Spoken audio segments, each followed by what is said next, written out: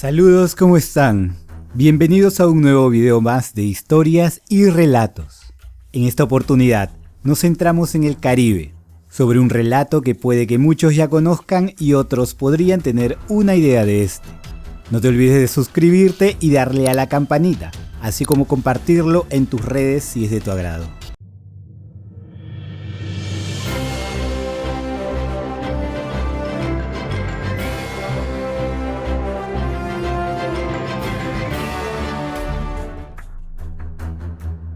Historias y relatos.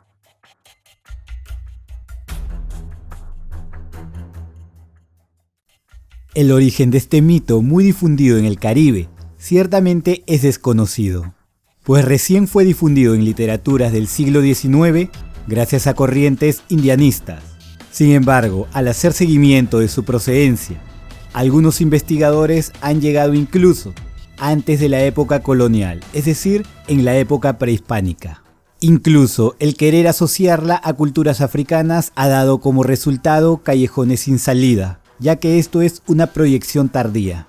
Lo cierto es que la interpretación de la ciguapa, de una forma más cultural, es la asociación con los ciguayos de Quisqueya, guardianes de su isla, conocida ahora como República Dominicana, contra los caribes, ya que se decía que ellos siempre estaban preparados ante cualquier ataque, y así miraran a otros lados, sus pies siempre apuntaban al mar. La ciguapa o ciguaya es un ser mitológico que los habitantes de las Antillas y el Caribe dicen haber avistado desde tiempos antiguos. Se asemeja a una hermosa mujer nativa, de finos rasgos pero fiera y arisca, de ojos rasgados, de gran cabellera negra y lustrosa, atractiva, pero con los pies hacia atrás. Emite alaridos y sonidos similares a la perdiz, y se le escucha o se le ha avistado en las noches, cerca de las corrientes de agua, y en algunos casos hechizando hombres para amarlos y luego acabar con ellos, cual femme fatal. Suele acercarse a pequeños poblados y casas solitarias para robar comestibles, para después perderse nuevamente en las montañas. Algunos relatos describen a personas que las han capturado en las noches de luna llena o de luna creciente, con la ayuda de un perro blanco. Las razones para esto fueron muchas, sin embargo, la mayoría era por tener una esclava para sus bajos instintos. Sin embargo, la ciguapa, al perder su libertad, en ellas crece una gran pena, que finalmente, como si fuera un cáncer que se expande muy rápidamente, acaba con ellas.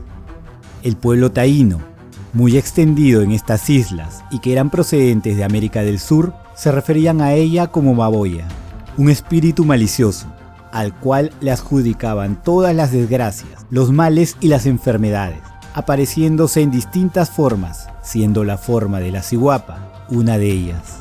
Cuando llegaron los españoles del otro continente, muchos taínos y otras tribus se alejaron de las playas y se perdieron en las montañas y la espesura de las selvas, escondiéndose de esta invasión. Es por eso que para los recién llegados que escuchaban historias como la ciguapa y ver a algunos individuos de estas tribus en los ríos y la selva, en las noches e incluso salir de las cuevas en las montañas con poca vestimenta, volvió a revivir estos antiguos mitos en nuevas épocas hasta poco a poco volverse a escuchar en nuestros días canciones como la de Chichi Peralta.